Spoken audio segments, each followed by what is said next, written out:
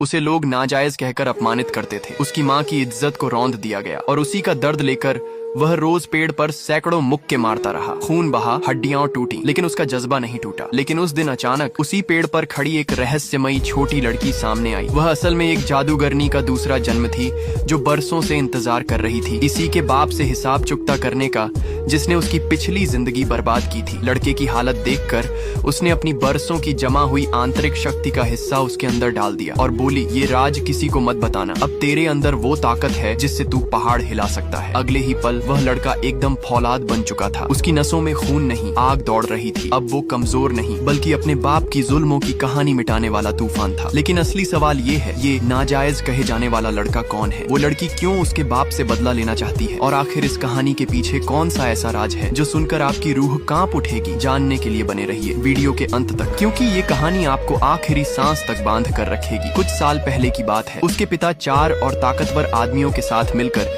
एक जादूगरनी से उसकी रहस्यमयी किताबें छीनने गए थे। उन किताबों में ऐसी ताकत छुपी थी जो किसी को भी अजेय बना सकती थी। लड़ाई शुरू हुई तो जादूगरनी ने अपनी पूरी शक्ति झोंक दी। उसने अकेले दम पर चारों को पछाड़ दिया, लेकिन लगातार युद्ध ने उसकी सांसें छीन ली। उसकी ताकत धीरे धीरे खत्म होती जा रही थी। जब उसे लगा कि अब वो और नहीं लड़ पाएगी, तो उसने आखिरी कोशिश की। रहस्यमयी किताबों को सीने से लगाकर वह सीधे गहरी खाई में कूद गई। सबको लगा कि कहानी वहीं खत्म हो गई, लेकिन किस्मत को कुछ और मंजूर था। वो जादूगरनी मरी नहीं, बल्कि एक छोटे से मासूम बच्चे के रूप में फिर से जन्म ले चुकी थी। उस वक्त उस लड़के की माँ पहाड़ी रास्ते से गुजर रही थी। अचानक उसकी नजर उस रोती हुई बच्ची पर पड़ी। उसके दिल में दया उमड़ आई। उसे अपनी गोद में उठाया और बिना देर किए उसे अपने घर ले आई। जब उसने आंखें खोली तो उसे यकीन ही नहीं हुआ कि वह फिर से जन्म ले चुकी है। लेकिन इस बार उसके दिल में सिर्फ एक ही आग थी, अपने पुराने जन्म का बदला लेकर ही रहना। एक दिन अचानक घर का दरवाजा धड़ाम से खुला। अंदर उसका सौतेला भाई दाखिल हुआ, साथ में कुछ गुंडे भी थे। जैसे ही उसकी नजर घर की माँ पर पड़ी, उसने जहर उगलना शुरू कर दिया। ताने पर ताना बरसाते हुए वह बोला, तू तो बस किराए की औरत है, तू मेरे बाप की नाजायज औरत है और ये लड़का भी नाजायज है। तुम दोनों को अपनी औकात में रहना चाहिए। उसकी जुबान से निकला हर शब्द माँ के दिल को चाकू की तरह चीर रहा था। वह चुपचाप खड़ी रही, लेकिन भीतर ही भीतर टूटती जा रही थी। ये सब देखकर लड़के का खून खौल उठा। वह गुस्से और आंसुओं से भरी आंखों के साथ सौतेले भाई के सामने जा खड़ा हुआ और चिल्लाया, बस अब और नहीं, आज मैं साबित कर दूंगा कि नाजायज कहलाने वाला भी इज्जत से जीना जानता है। लड़के ने हिम्मत दिखाई, मगर भाई की ताकत बहुत बड़ी थी। कुछ ही पलों में वह मार खाकर जमीन पर गिर पड़ा, छोटों से कराहता रहा। यह दृश्य उस छोटी लड़की की नजरों से छुपा नहीं था। वह अंदर से सब देख रही थी और माँ बेटे की हालत देखकर उसका दिल भी तड़प उठा। आखिरकार वह चुप न रह सकी। वह बाहर निकली और उसकी आंखों में अजीब सी चमक थी। उसने अपनी आंतरिक शक्ति का इस्तेमाल किया और हवा का रुख एकदम बदल गया। अचानक सौतेला भाई चीखते हुए घुटनों के बल गिर पड़ा। उसकी अकड़ टूट चुकी थी। यह नजारा देखकर गुंडों के चेहरों